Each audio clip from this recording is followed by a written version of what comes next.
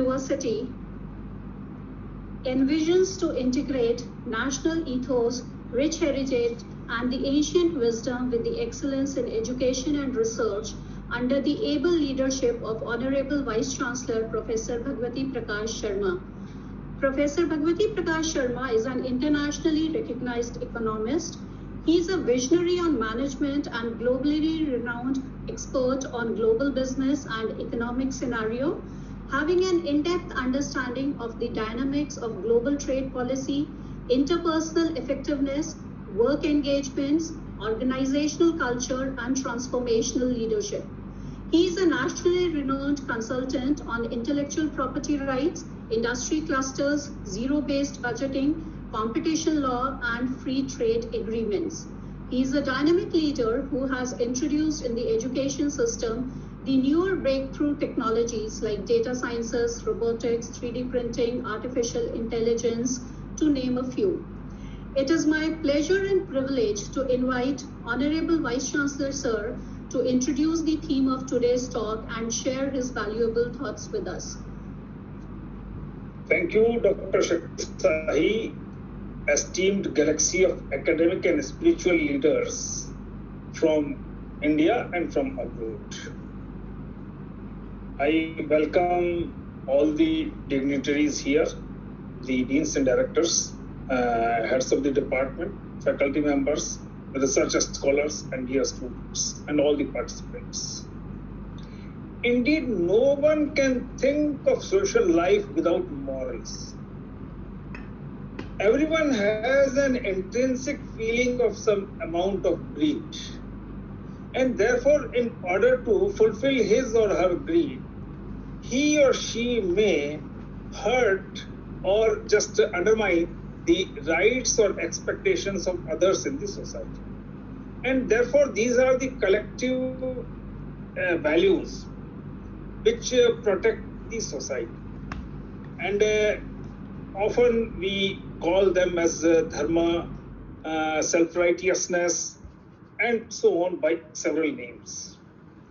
Even when we just try to recollect one preaching of Bhishma Pitama, he said that in ancient times, neither there was an institution of king, nor there was any code of conduct. Everybody pursued this path of self-righteousness, that is dharma, and therefore the interests of everyone were automatically protected.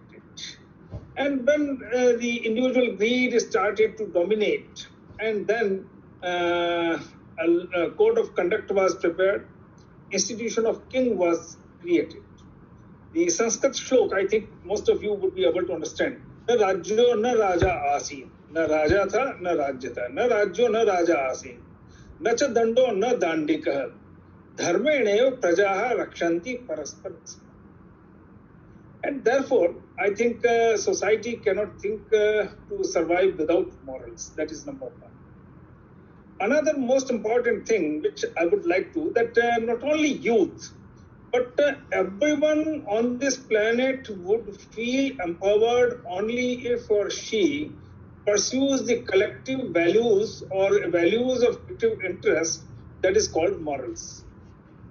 Vivekananda ji has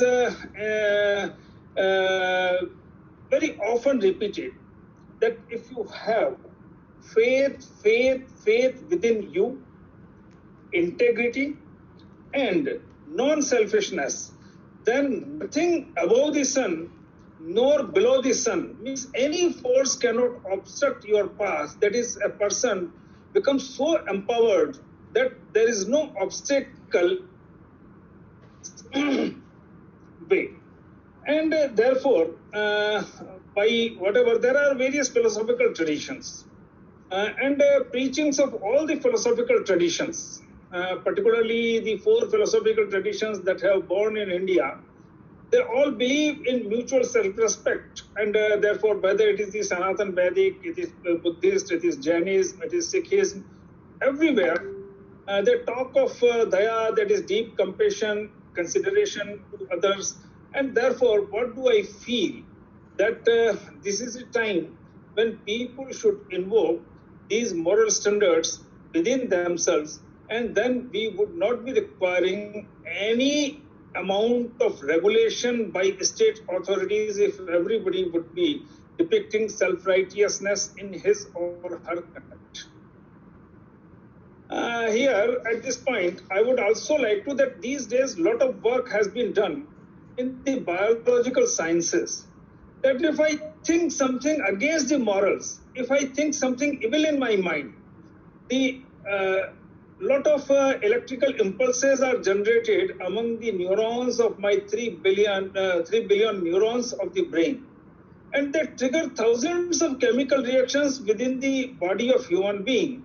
And they ultimately affect the even physiology of a person, his sense of empowerment, his sense of confidence and everything. And therefore, one should have purity in all his deeds and conduct and behavior. Another important thing I just would like to talk of the power of moral about a contemporary issue. We all have been experiencing COVID in a, I think, worst possible shape. Already more than 180 million people have suffered from infection, 228 million within India, more than 3.5 million people have died across the world, and somewhere around 3 lakh people have died in India also. And rest of the 7.8 billion global humanity is swinging between life and death because nobody is safe unless everybody is safe because the infection can be transmitted. And about 6 months back in October, Government of India moved a proposal to the World Trade Organization to make all the drugs of the COVID and all the vaccines of the COVID patent free, that everybody on this planet, whoever has the capability to manufacture them, should have the right to manufacture them. And at the same time, those who possess the technical know-how, they should also transfer the technology so that we can relieve the global humanity from this crisis. Nobody was with India, only India and South Africa were the only 2 countries which moved this proposal. Then 57 countries joined, then 120 countries joined. And then 110 congressmen of Joe Biden's party compelled their president that you should agree with India's proposal. And 70 former heads of state and 200 around Nobel laureates, all of them put pressure upon the US administration. And therefore on 5th May, American administration had to unwillingly second the proposal of India. And the European Union was against it. European Commission was against it. In the G20 meeting, they vehemently opposed rendering the vaccines free, patent free.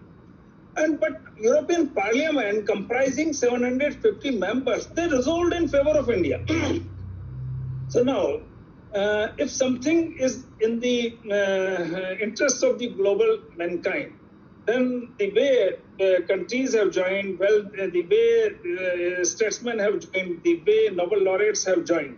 And therefore, I think morals are the only tools which empowers anybody. India's proposal gained ground just because it was for the global well-being. And therefore, I think for youth as well as for everyone, the path of morals is indeed the only path. I would just like to mention in Pondicherry, in the Arvind Ashram, there is a deemed university of Arvind School of Thought. And there, this is the only deemed university where they impart degree without conducting any examination. When a person is teaching biotechnology or pharmacology, or he or she is teaching marketing or HR, it's a residential university. Students and faculty members have interaction. Even they may talk to 8 p.m., 9 p.m., etc. And whenever the faculty members do say that these 20 students can be passed on, and then they are passed out. One such youth was recruited by a multinational company in the marketing department. And when he talked of morals, then the corporate managers said said that all these morals would not work in the practical life. So you have to use all those tactics which we have been using for marketing our products. He said, you give me 6 months time. Based on ethical marketing, I shall cultivate a larger market for you than what you are having. And ultimately, he could do it. And therefore, I think this is the time when we impart education in morals and values, not only education, but how to ingrain ethics and conduct in the behavior of the passing out the students, that is important. Otherwise, today we have in every subject, professional values, ethical values, ethics in management, ethics in engineering, everywhere. And a student passes out with almost 80 to 90% marks. But he doesn't he doesn't mind in undermining all those values whenever he has to attain any of his or her goal. And therefore, the biggest challenge before all the universities, not only in India, but across the world, and how to ingrain ethics and values in the conduct and behavior of the student. And I think the ancient education in India had this capability. I would just like to remind you the Indica, authored by Megasthenes in 300 BC. He was the ambassador of Greece in the Chandragupta Maurya. He stayed in India for 6 years. And then he authored a book called Indica. There are 3 Indica. One was authored earlier than him, and another was authored by Arrian in 11th century. So I'm talking of the Indica authored by Megasthenes. He says in India, the self-righteousness so dominates over the conduct and behavior of everyone that even when a fierce battle has erupted between 2 kingdoms, and when the soldiers are fighting fiercely with each other, at that time also the farmer families continue to work in their farms. किसान परिवार अपने खेतों में काम करते रहते हैं और सैनिक लड़ते रहते हैं. No soldier attacks the civilians because the dharma or ethics says that an armed soldier should fight with an armed soldier only. Killing or hurting the civilians is unethical or adharma. And therefore, even the soldiers do not hurt the citizens of enemy kingdom. So the kind of ethics and values that were ingrained in the entire mankind within the territory of India, that this was reflected wherever such battles erupted. And therefore, I think our educational system have to ingrain ethics and values in the conduct and behavior of students. We have to devise pedagogical interventions. Like, for example, sometimes the moral stories, some indoor games, some outdoor games, because my time slot is almost over, so I won't be talking about that. But this is the time when we develop such pedagogical interventions, including such moral stories, including various games, indoor games, outdoor games, and various experiments, controlled experiments, etc. We impart these values in the conduct and behavior of the students. And these days, a lot of work is being done in the parapsychology. Even, say for example, Professor I.C. Stevenson of Pennsylvania University, he has conducted many such experiments. That if a person thinks something evil in his or her mind, nobody has noticed. As I have already said, it triggers thousands of chemical reactions within the nervous system of that person.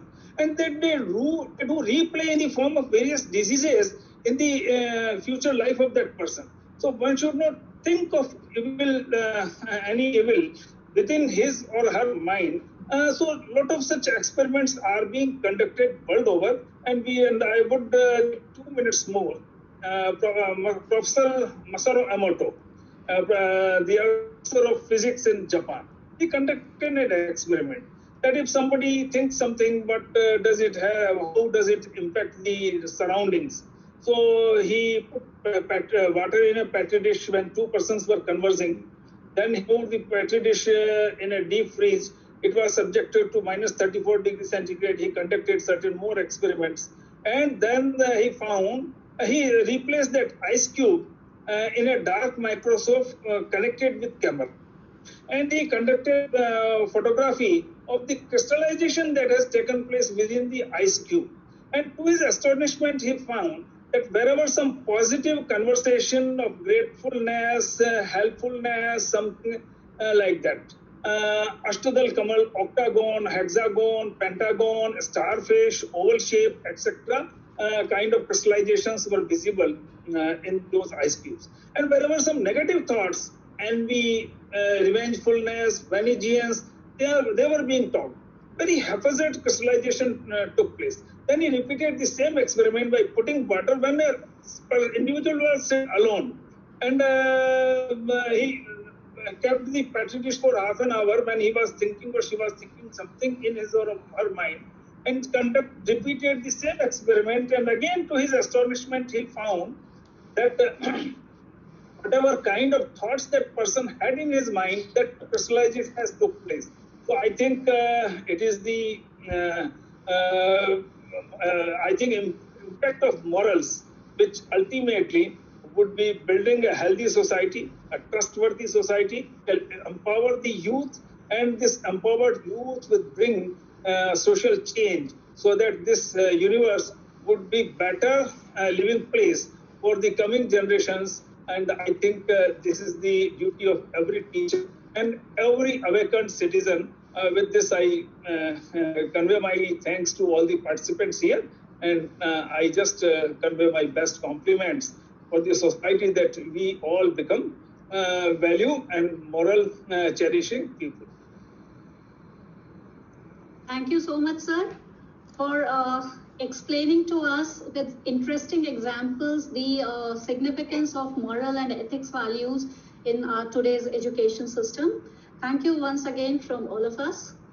Our distinguished speaker, Jeshe Dorji Damdullah, is presently the director, Tibet House, New Delhi, Cultural Center of His Holiness the Dalai Lama.